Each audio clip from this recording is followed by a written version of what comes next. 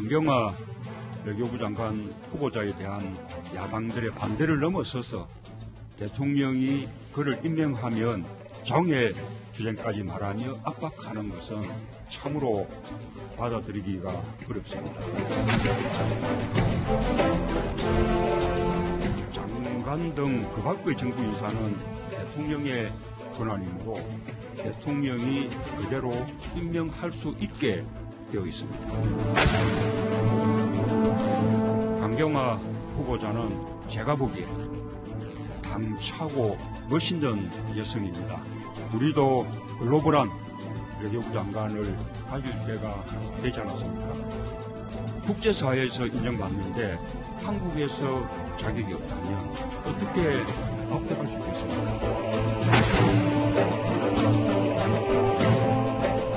한미 정상회담이 보름밖에 남지 않았고 이어서 G20 정상회의와 주요 국가들과의 정상회담이 줄줄이 기다리고 있습니다. 외교부 장관 없이 대통령이 어떻게 감당할 수 있겠습니까? 저는 국민의 뜻에 따르겠습니다.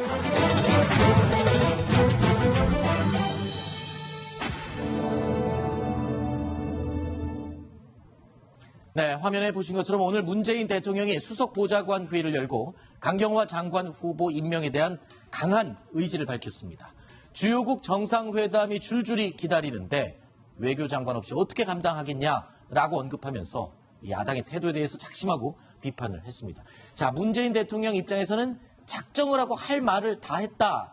이런 느낌입니다만 기다릴 만큼 기다렸다. 이제는 더 이상 기다릴 수 없다. 이런 의미일까요? 네, 그렇게 볼 수 있습니다. 지금 보신 것처럼 야당의 압박을 더 이상 받아들일 수 없다. 인사는 대통령의 권한이다. 이렇게 얘기한 걸 확실히 들으셨는데요.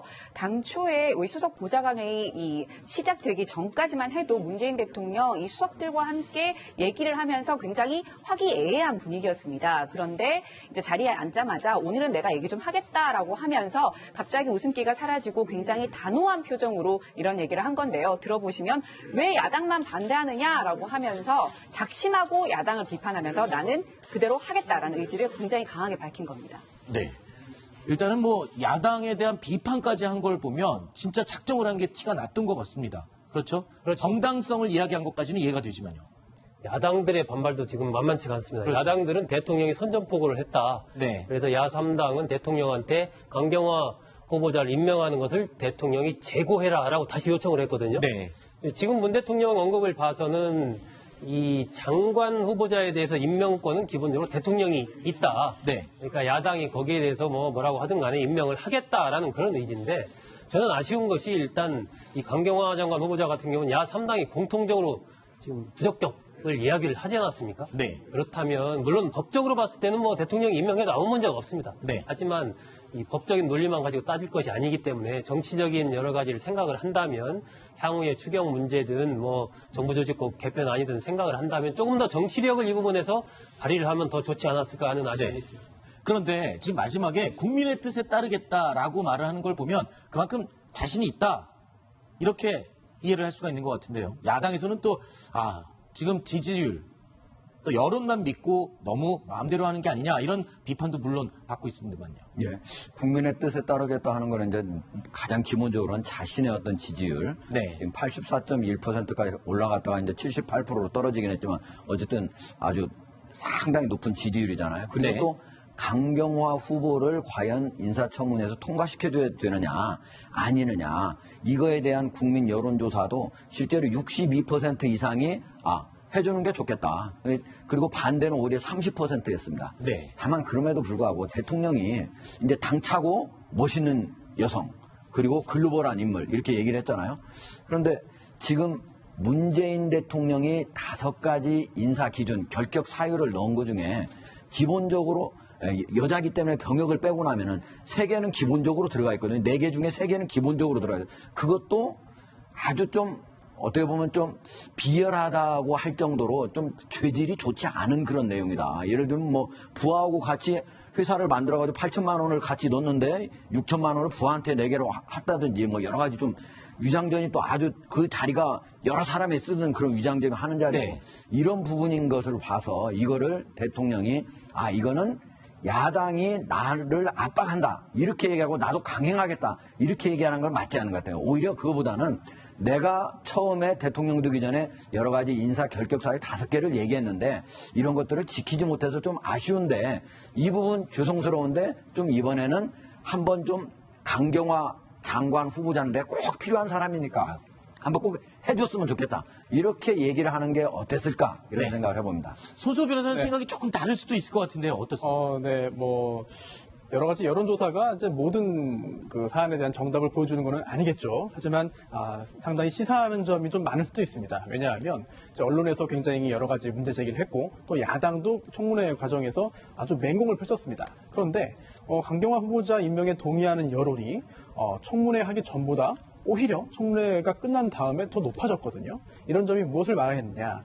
국민들이 보기에 강경화 후보자 정도면 충분히 외교부 장관에 적합하다라는 판단을 했다. 그리고 또 그게 바로 국민의 뜻이라고 지금 문재인 대통령이 본 것으로 보이고요. 또 하나가 지금 외교수장이 사실상 공석입니다. 물론 장관이 있긴 합니다만 전 정권이기 때문에. 그래서 앞으로 다가오는 그런 이제 4대 강국이라든지 주변 국가와의 정상회담을 제대로 준비하기 위해서는 외교부 장관이 실제로 이번 정권과 호흡을 같이 하는 장관이 필요한데 시간이 너무 촉박하다. 그렇다고 한다면 지금 강경화 후보자를 장관으로 임명하는데 국민들이 동의하는 거 아니냐라고 하는 판단을 지금 정권이 하는 것 같고요. 네. 여론조사상으로는 그런 판단이 옳지 않다는 생각됩니다. 그러면 지금 방금 시간이 너무 촉박하다 그랬는데 임명을 하더라도 한 18일쯤 하더라도 지금 한미 정상회담 그 전까지는 진짜 며칠이 안 남은 거죠. 달력을 보면서 얼마 남지 않은 건지 좀 볼까요? 네, 조금 전에 좀 지나갔는데요. 5월 말 26일에 인사청문 요청안을 국회에 제출했습니다. 그래서 20일인 6월 14일까지 인사청문 경과보고서가 채택이 되면 임명 부드럽게 할 수 있었는데요. 하지만 불발됐기 때문에 그 다음에는요, 15일부터 10일 이내의 범위를 정해서 다시 한번 보내달라라고 이제 송부 요청할 수 있는데요. 그걸 오늘 이틀 후인 17일 토요일까지 다시 한번 보내달라라고 요청을 했습니다. 그런데도 이때까지 인사청문 경과보고서가 오지 않으면은요, 그 다음날부터는 얼마든지 임명을 할 수 있고요. 사실 임명 강행이라는 표현이 약간 맞지 않을 수 있습니다. 네. 강행은 뭔가 해서는 안 된 일을 한다고 볼 수 있는데요. 법적으로 볼 때 임명할 수 있기 때문에 임명하는 것이라서 네. 강행이라는 표현도 그렇게 좀 썩 그렇게 완전히 적합하지는 않은 것 같습니다. 네. 원래 이제 장관 후보자든 총리 후보자든 두 가지를 검증을 하는 거거든요. 하나는 도덕성, 하나는 능력, 네. 사실. 그런데 그 중에서 도덕성을 먼저 봅니다. 우리 같은 경우에. 미국 같은 경우에는요. 청문회에 나오기 전에 FBI라든지 아니면 IRS라고 국세청 네. 이런 데서 그리고 백악관에 있는 인사국에서 평균적으로 9달 이상을 검증해서 데리고 나옵니다. 네. 그렇기 때문에 이미 그런 도덕성은 다 어느 정도 검증이 된 상태예요. 그렇기 때문에 정책 자질 이런 것들을 집중적으로 보는 거예요. 근데 우리는 그러지 않고 나오기 때문에 네. 결국 국회에서 이런 도덕성의 문제가 되는 거거든요. 네. 그러면 도덕성과 자질 중에서 자질이 뛰어났을 때 그럴 경우에 그러면 도덕성에 문제가 있더라도 써야 되느냐 이게 문제가 되는 건데 네. 지금 강경화 후보 같은 경우는 예전에 김대중 대통령도 직접 한번 옆에서 같이 일을 해보고 그 사람이 없으면은 진짜 내가 일을 못할 정도로 옆에서 잘 도와주더라 이런 얘기를 할 정도거든요. 그러니까 나름대로 능력은 있다고 보여집니다. 그렇다면은 일단 한 1년 정도는 만약에 야당에서 1년 정도 한번 내가 써볼 테니까 대통령이 그 다음에 만약에 그때 잘 능력이 발휘가 안 된다 그러면 그때 내가 다른 사람으로 바꾸겠다라든지 이렇게 좀 어느 정도 양보안을 내준다면은 야당도 처음에 대통령이 처음으로 조각을 하는 것이니까 같이 양보를 해주지 않을까 네네. 이런 생각도 해봅니다. 알겠습니다. 자, 문재인 대통령 강경화 후보자 임명에 대한 강한 의지를 밝혔습니다. 그래서요, 저희가 시민들의 생각은 어떤지 몇 분 여쭤봤습니다. 어떤 이야기들을 하시는지 들어보시죠.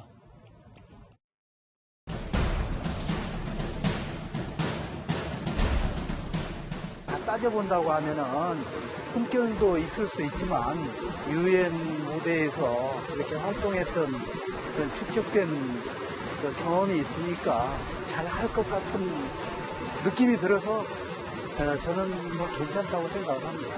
문 대통령이 미국으로 정상회담하러 가시잖아요. 또 외교부 장관도 없이 이렇게 떠나고 좀 안타까운 것 같아요. 외교부 장관은 그냥 하셨으면 좋겠어요. 외교 관련해서는 굉장히 일을 잘하실 거라고 생각되고 문재인 정부가 계속해서 야당의 요구를 하고 있는 상황이잖아요. 그러면은 이거는 뭐랄까 좀 대승적인 차원에서 야당도 같이 협조를 해서 좀 했으면 좋겠다 하고 저는 찬성하는 입장입니다.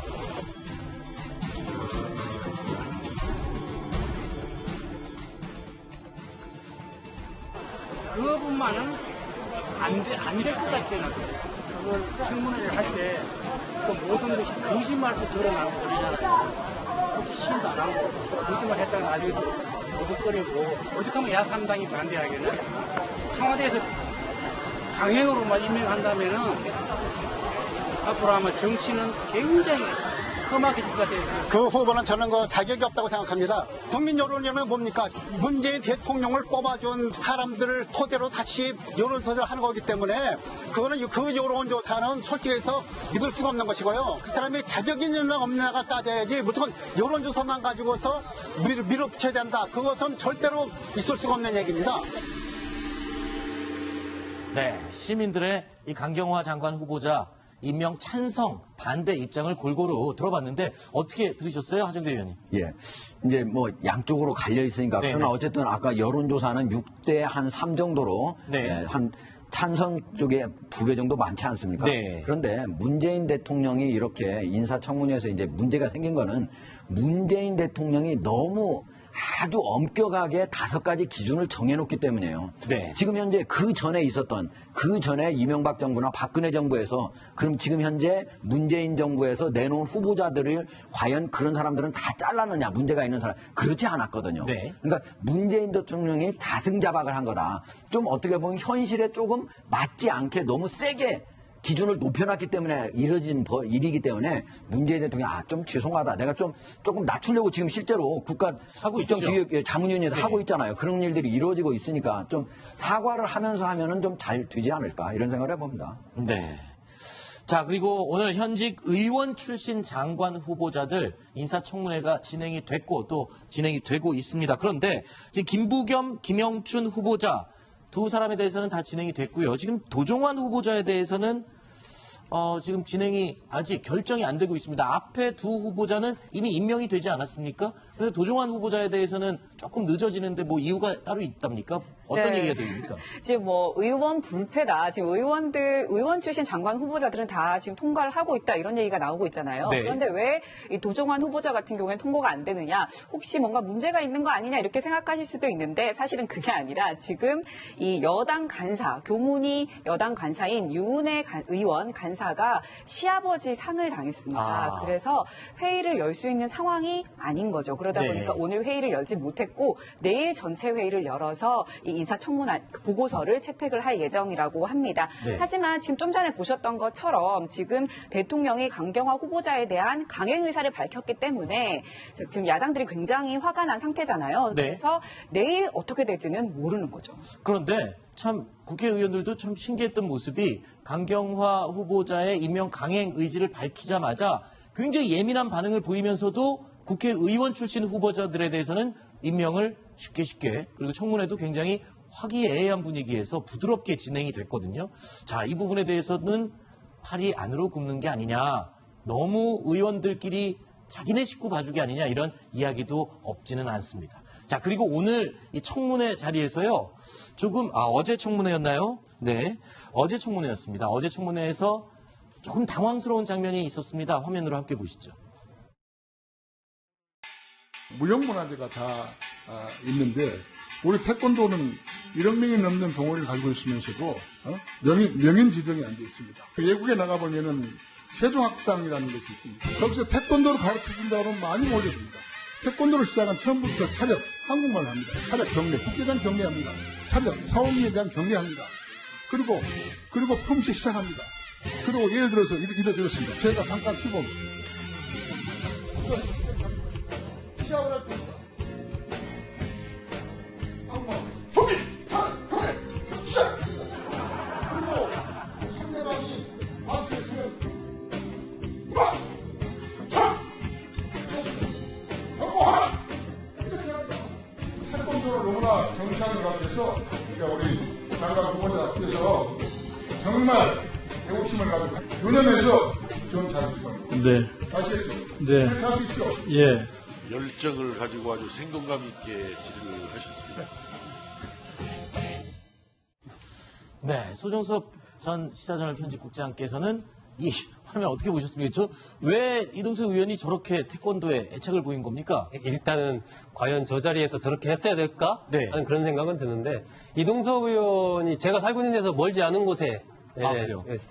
살기 때문에 여러 가지 그걸 좀 들었는데 전부터 태권도에 대해서는 뭐 그냥 일가견이 있었죠. 본인도 태권도 구단인가 그렇죠? 예, 본인도 그렇고 서울시 태권도 연합회장도 네. 맡고 있고 또 대학도에서 태권도를 전공을 했죠. 네. 태권도에 대한 책도 뭐 여러 권 냈고 그러니까 원래 그런 운동을 뭐 좋아하는 태권도인이기 때문에 네. 아마 저 자리를 통해서 어떤 태권도에도 이 명인 지정이 필요하다. 네. 그거에 대한 이제 도종환 후보자의 의견을 묻고자 아마 저렇게 직접 이 태권도 자세를 취해가면서 질문을 한 것으로 보입니다. 지금 보시면 한 의원은 그 옆에서 뭐 생동감 있게 열정을 갖고 지금 질의를 했다라고 하면서 악수를 청하기도 했는데 하지만 저 자리는 이 도종환 후보자의 그 장관으로서 자질을 입증하는 자리거든요. 네. 그런데 지금 저기서 태권도의 명인 지정이 필요하다라고 하면서 태권도 시범을 보이는 게 과연 적절했는가 이 부분에 대해서는 좀 회의적인 것 같습니다. 글쎄요. 또 본인의 어떤 업적을 하나 남기는 데 대해서는 전 국민에게 확실하게 각인시킨 건 있습니다. 태권도 명인을 만들어달라고 추진했다. 이 업적은 분명히 각인이 됐네요. 그렇죠. 어떻게 보면 이제 사실은 장관 후보자에 대한 검증을 해야 되는 자리를 네. 자기 자신의 어떤 과시, 홍보 자리로 이렇게 만든 건데 그러다 보니까 2000년 이후에 사실은 장관이 입각할 때 단 한 사람도 낙마한 사례가 없습니다. 그렇죠. 그러니까 국회의원들이 사실은 개혁도 있고 뭐 국민을 위해서 여러 가지를 한다고 하지만 저 자리에 나올 때부터 과연 이동섭 의원이 내가 진짜 검증을 열심히 하려고 그런 생각을 가지고 나왔을까 이런 의문을 제기하지 않을 수가 없네요. 네. 자, 그리고 지금도 진행 중인 김현미 국토교통부 장관 후보자의 청문회. 야당의 공격 포인트가 뭐였습니까? 오늘 굉장히 날카로운 질문도 많이 나왔다고요? 네, 그렇습니다. 일단 김현미 후보자에 대해서는 이 자질이 부족한 거 아니냐, 좀 전문성이 부족한 거 아니냐 이런 얘기가 많이 나왔습니다. 김현미 후보자 같은 경우에는 아무래도 이 국토부와 관련된 경력이 좀 많이 없다. 하다못해 국토위원도 하지 않았는데 이렇게 국토부 장관으로 가는 것 이게 결국 코드 인사, 낙하산 인사 아니냐 이런 얘기가 나왔고요. 그리고 석사 논문, 이 김현미 후보자 같은 경우에는 연세대 언론홍보대학원을 나왔는데 이때 졸업할 때 석사 논문이 표절이 아니냐 이런 논란에 휩싸였습니다. 그렇군요. 자, 그 날카로운 질문들이 쏟아진 청문회 내용 영상으로 줄여봤습니다. 함께 보시죠. 출처, 김승수, 김종석까지 그대로 표절이 돼 있고요. 이게 그치지 않고 또 표절하는 것을 은폐하려고 현재까지 연세대학교 언론홍보대학원 석사 졸업 사실을 선거 공보, 벽보, 인터넷 검색 포털까지 이렇게 삭제해왔다는 의혹이 있거든요. 저는 논문을 표절한 적은 없고요. 저 논문은 제가 공부를 업으로 하는 사람도 아니고 무슨 학술 논문도 아닙니다. 전체 그 석사학위 논문의 페이지가 79페이지인데 21페이지를 통으로 이거 보고 이제 통표절이라고 하거든요. 근데 그거를 표절이 아니라고 이제 강변을 하시니까 저도 좀 옆에서 들으면서 좀 안타깝습니다. 연세대학교 언론홍보대학원 졸업한 그 학력이 정규 학력이 아닙니까? 제가 말씀드린 거는 일반 대학원이 아니라는 취지로 말씀드린 겁니다. 본인이 이 석사학위 취득에 대해서 일부러 은폐하거나 숨긴 적은 없습니까? 그런 건 아닙니다. 그 포털이나 이런 데 기재된 것을 일부러 삭제를 하려고 하셨다든지 그런 적 없으세요? 제가 제 손으로 그런 일을 하진 않죠. 그럼 밑에 보좌관시켜서 하신 적은 아니요, 있습니까? 그거는 직원들이 하는 것이기 때문에 제가 잘 모르는 일이고요. 직원들이 저희가 이렇게 자료를 지금 확인을 쭉 해보니까 5월 14일 날 11시 또 5월 26일, 5월 30일 오전 10시에 우리 의원님 사무실 그 컴퓨터 인터넷이 연결되어 있는 그 IP 주소로 인터넷 그 포털에 들어가셔가지고 지우신 정황이 있어요. 자, 아주 날카로운 증거를 들이대면서 이 학력을 지운 석사 학위를 왜 지웠냐 이렇게 이야기를 하는데 글쎄요. 논문 표절에 대한 얘기는 많이 들었고 그리고 또 학력에 대해서는 더 많이 쓰려고 하는 사람들은 많지만 본인의 석사 학력을 지웠다. 이건 굉장히 이례적인 사례인 것 같아요. 손소 변호사는 어떻게 보셨습니까? 박찬우 의원의 그 짐작은 이런 거겠죠. 학력을 오히려 지웠던 게, 지운 게, 본인이 직접 안 했지만, 지운 게 그 학력을, 그 학위를 취득하게 된 그 논문에 대해서 문제가 제기되는 것을 막거나 또는 피해보려는 거 아니냐라는 그 의도로 질문한 것 같은데요. 그런데 또, 물론 그렇게 실제로 보좌관이 학력 부분을 수정을 이제 했다 하더라도 지금 화면에 이게 나오네요. 5월 13일에서 14일경에 이제 장관 후보자로 이제 통보를 받았고 그리고 박찬후 의원의 주장에 따르면 5월 14일, 26일, 30일 이렇게 좀 포털에서 개인의 그런 김현미 후보자의 학력 사항을 수정했다라고 하고 있는 것인데요. 물론 연결 관계가 있을 수 있습니다. 그런데 이게 결국 김현미 후보자의 학위라든지 논문 또는 학력에 대해서는 의원들이 전부 다 아는 사항이 아닌가 싶어요. 그래서 굳이 이렇게 지웠다 하더라도 지금 박찬호 의원도 그 논문을 가지고 지금 여러 가지 문제 제기를 하고 있는데 포털 사이트에서 학력을 수정했다 하더라도 그게 무슨 영향을 미치는지 사실 그건 잘 모르겠습니다. 원래 듣고 보니 또 그러네요. 예, 국회의원 하려면요. 어디 가서 연수 가가지고 석사나 이렇게 받잖아요. 그것도 다 씁니다, 이렇게. 다 쓰는데 사실 왜 갑자기 이 시점에 석사 학위를 지웠을까? 사실 그런 의혹은 일반인으로서는 제기해 볼 수 있다고 생각이 되네요. 네, 그러네요. 자, 이런 가운데 오늘 문재인 대통령 국가 유공자와 보훈 가족들을 청와대로 초청하는 행사를 열었습니다. 영상으로 준비했습니다. 함께 보시죠.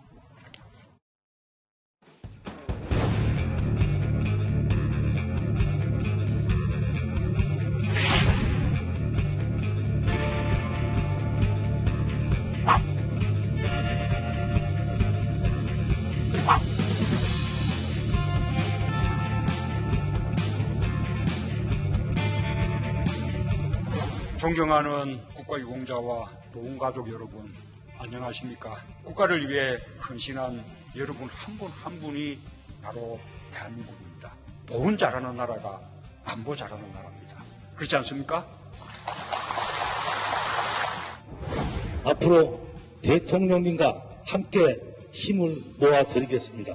건배 제의를 하겠습니다. 정의로운 나라, 새로운 대한민국을 위하여 건배!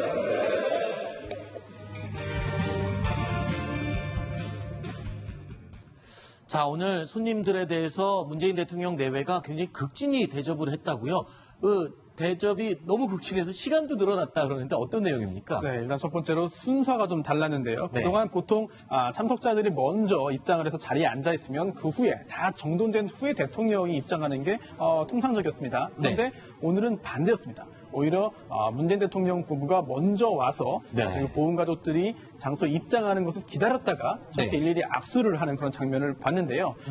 그리고 또 하나가 좀 몸이 좀 편찮으시거나 좀 거동이 좀 불편하신 분들이 계시면은 눈높이를 맞추기 위해서 이제 몸을 좀 낮춰서 같이 인사를 나누는 그런 장면도 볼 수 있었습니다. 결국은 애초에 한 15분 정도 악수 시간이 배정되어 있는데 실제로 저렇게 일일이 천천히 악수를 하다 보니까 2배가 넘는 36분의 악수 시간이 소요되었다고 합니다. 네, 박소영 기자. 그리고 조금 전에 그 의장대 모습이 나왔는데 저렇게 전통 의상을 입은 의장대 모습도 흔히 볼 수 있는 모습은 아니라면서요? 이것도 예우 차원이었습니까? 네, 그렇습니다. 흔히 볼 수 있는 모습이 아닙니다. 저런 모습은 언제 나오냐. 지금 보시면 버스에서 내리는 데부터 영빈관에 들어설 때까지 의장대가 이렇게 사열하고 있는 모습을 볼 수 있는데요.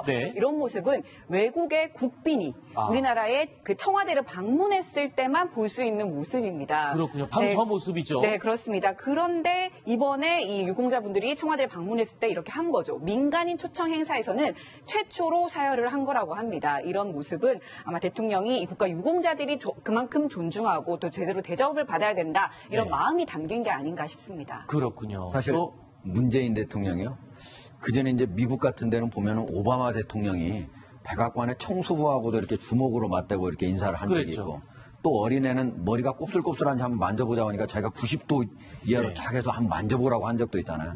상당히 소탈하고 서민적인 모습인데 문재인 대통령이 대통령 된 다음에 아마 우리 국민들도 대통령이 저렇게 소탈하고 상대를 배려하는 모습, 소탈하는 모습을 보일 수도 있구나 하고 아마 국민들이 상당히 뿌듯해하지 않을까 이런 생각을 해봅니다. 네, 알겠습니다.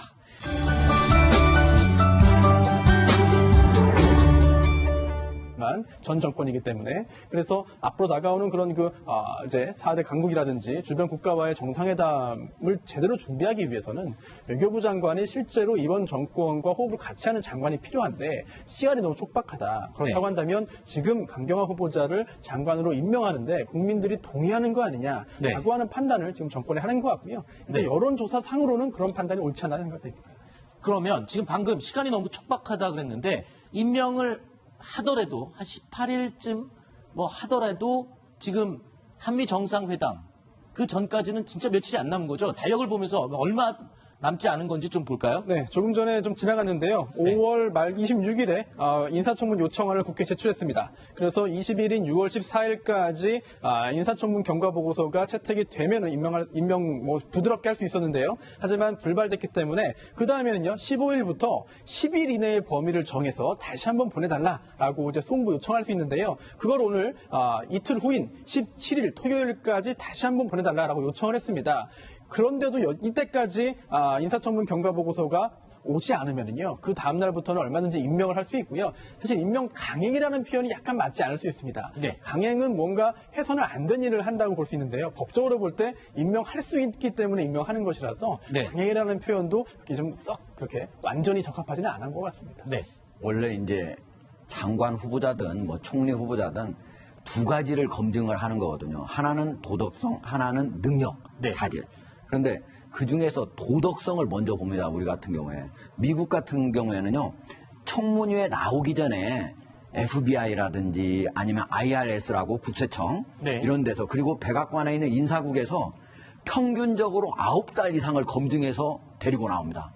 그렇기 때문에 이미 그런 도덕성은 다 어느 정도 검증이 된 상태예요. 그렇기 때문에 정책 자질 이런 것들을 집중적으로 보는 거예요. 근데 우리는 그러지 않고 나오기 때문에 결국 국회에서 이런 도덕성의 문제가 되는 거거든요. 그러면 도덕성과 자질 중에서 자질이 뛰어났을 때 그럴 경우에 그러면 도덕성에 문제가 있더라도 써야 되느냐, 이게 문제가 되는 건데 지금 강경화 후보 같은 경우는 예전에 김대중 대통령도 직접 한번 옆에서 같이 일을 해보고 그 사람이 없으면은 진짜 내가 일을 못할 정도로 옆에서 잘 도와주더라, 이런 얘기를 할 정도거든요. 그러니까 나름대로 능력은 있다고 보여집니다. 그렇다면은 일단 한 1년 정도는 만약에 야당에서 1년 정도 한번 내가 써볼 테니까 대통령이 그 다음에 만약에 그때 잘 능력이 발휘가 안 된다 그러면 그때 내가 다른 사람으로 바꾸겠다라든지 이렇게 좀 어느 정도 양보안을 내준다면은 야당도 처음에 대통령이 처음으로 조각을 하는 것이니까 같이 양보를 해주지 않을까 이런 생각도 해봅니다. 알겠습니다. 자, 문재인 대통령 강경화 후보자 임명에 대한 강한 의지를 밝혔습니다. 그래서요, 저희가 시민들의 생각은 어떤지 몇 분 여쭤봤습니다. 어떤 이야기들을 하시는지 들어보시죠.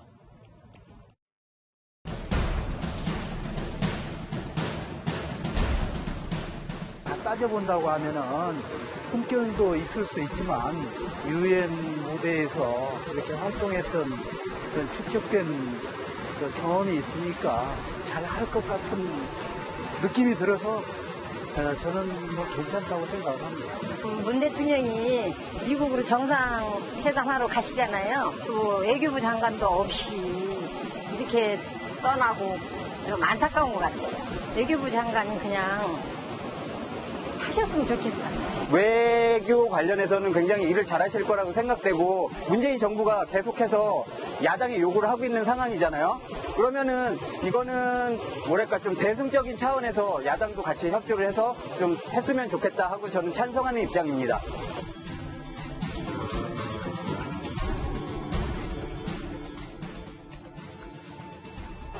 그것만은 안 될 것 같아요. 그걸 청문회를 할 때 모든 것이 거짓말로 드러나고 그러잖아요. 그것도 신도 안 하고 거짓말. 이제는 더 이상 기다릴 수 없다, 이런 의미일까요? 네, 그렇게 볼 수 있습니다. 지금 보신 것처럼 야당의 압박을 더 이상 받아들일 수 없다. 인사는 대통령의 권한이다. 이렇게 얘기한 걸 확실히 들으셨는데요. 당초에 우리 수석 보좌관회의 시작되기 전까지만 해도 문재인 대통령 이 수석들과 함께 얘기를 하면서 굉장히 화기애애한 분위기였습니다. 그런데 이제 자리에 앉자마자 오늘은 내가 얘기 좀 하겠다라고 하면서 갑자기 웃음기가 사라지고 굉장히 단호한 표정으로 이런 얘기를 한 건데요. 들어보시면 왜 야당만 반대하느냐? 라고 하면서 작심하고 야당을 비판하면서 나는 그대로 하겠다라는 의지를 굉장히 강하게 밝힌 겁니다. 네. 일단은 뭐 야당에 대한 비판까지 한 걸 보면 진짜 작정을 한 게 티가 났던 것 같습니다. 그렇죠? 정당성을 이야기한 것까지는 이해가 되지만요. 야당들의 반발도 지금 만만치가 않습니다. 그렇죠. 야당들은 대통령이 선전포고를 했다. 네. 그래서 야3당은 대통령한테 강경화 후보자를 임명하는 것을 대통령이 재고해라라고 다시 요청을 했거든요. 네. 지금 문 대통령 언급을 봐서는 이 장관 후보자에 대해서 임명권은 기본적으로 대통령이 있다. 네. 그러니까 야당이 거기에 대해서 뭐라고 하든 간에 임명을 하겠다라는 그런 의지인데 저는 아쉬운 것이 일단 이 강경화 장관 후보자 같은 경우는 야3당이 공통적으로 지금 부적격을 이야기를 하지 않았습니까? 네. 그렇다면 물론 법적으로 봤을 때는 뭐 대통령이 임명해도 아무 문제가 없습니다. 네. 하지만 이 법적인 논리만 가지고 따질 것이 아니기 때문에 정치적인 여러 가지를 생각을 한다면 향후의 추경 문제든 뭐 정부 조직국 개편 아니든 생각을 한다면 조금 더 정치력을 이 부분에서 발휘를 하면 더 좋지 않았을까 하는 아쉬움이 네. 있습니다. 그런데 지금 마지막에 국민의 뜻에 따르겠다라고 말을 하는 걸 보면 그만큼 자신이 있다. 이렇게 이해를 할 수가 있는 것 같은데요. 야당에서는 또 지금 지지율 또 여론만 믿고 너무 마음대로 하는 게 아니냐 이런 비판도 물론 받고 있습니다만요. 예, 국민의 뜻에 따르겠다 하는 거는 이제 가장 기본적으로는 자신의 어떤 지지율, 네. 지금 84.1%까지 올라갔다가 이제 78%로 떨어지긴 했지만 어쨌든 아주 상당히 높은 지지율이잖아요. 그리고 네. 또 강경화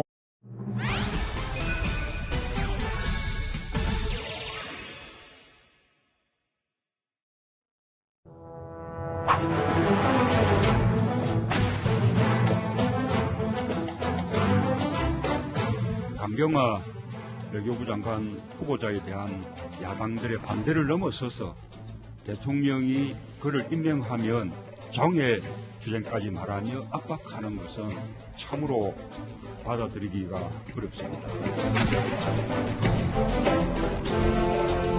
장관 등 극악의 정부 인사는 대통령의 권한이므로 대통령이 그대로 임명할 수 있게 되어 있습니다. 강경화 후보자는 제가 보기에 당차고 멋있는 여성입니다. 우리도 글로벌한 외교부 장관을 가질 때가 되지 않았습니까? 국제사회에서 인정받는데 한국에서 자격이 없다면 어떻게 앞서갈 수 있겠습니까? 한미 정상회담이 보름밖에 남지 않았고 이어서 G20 정상회의와 주요 국가들과의 정상회담이 줄줄이 기다리고 있습니다. 외교부 장관 없이 대통령이 어떻게 감당할 수 있겠습니까? 저는 국민의 뜻에 따르겠습니다.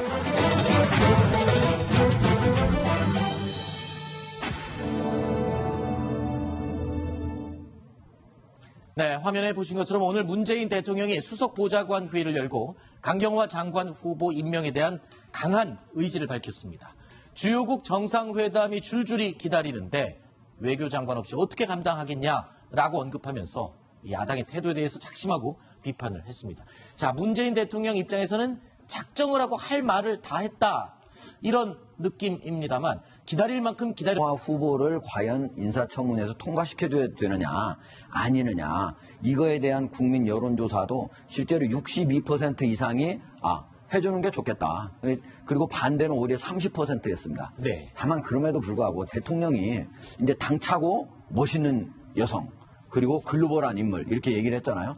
그런데 지금 문재인 대통령이 5가지 인사 기준, 결격 사유를 넣은 것 중에 기본적으로 여자기 때문에 병역을 빼고 나면은 3개는 기본적으로 들어가 있거든요. 4개 중에 3개는 기본적으로 들어가 있어요. 그것도 아주 좀 어떻게 보면 좀 비열하다고 할 정도로 좀 죄질이 좋지 않은 그런 내용이다. 예를 들면 뭐 부하하고 같이 회사를 만들어가지고 8천만 원을 같이 넣었는데 6천만 원을 부하한테 내게로 했다든지 뭐 여러 가지 좀 위장전이 또 아주 그 자리가 여러 사람이 쓰는 그런 위장전이 하는 자리고 네. 이런 부분인 것을 봐서 이거를 대통령이 이거는 야당이 나를 압박한다 이렇게 얘기하고 나도 강행하겠다 이렇게 얘기하는 건 맞지 않은 것 같아요. 오히려 그거보다는 내가 처음에 대통령 되기 전에 여러 가지 인사 결격 사유 5개를 얘기했는데 이런 것들을 지키지 못해서 좀 아쉬운데 이 부분 죄송스러운데 좀 이번에는 한번 좀 강경화 장관 후보자인데 꼭 필요한 사람이니까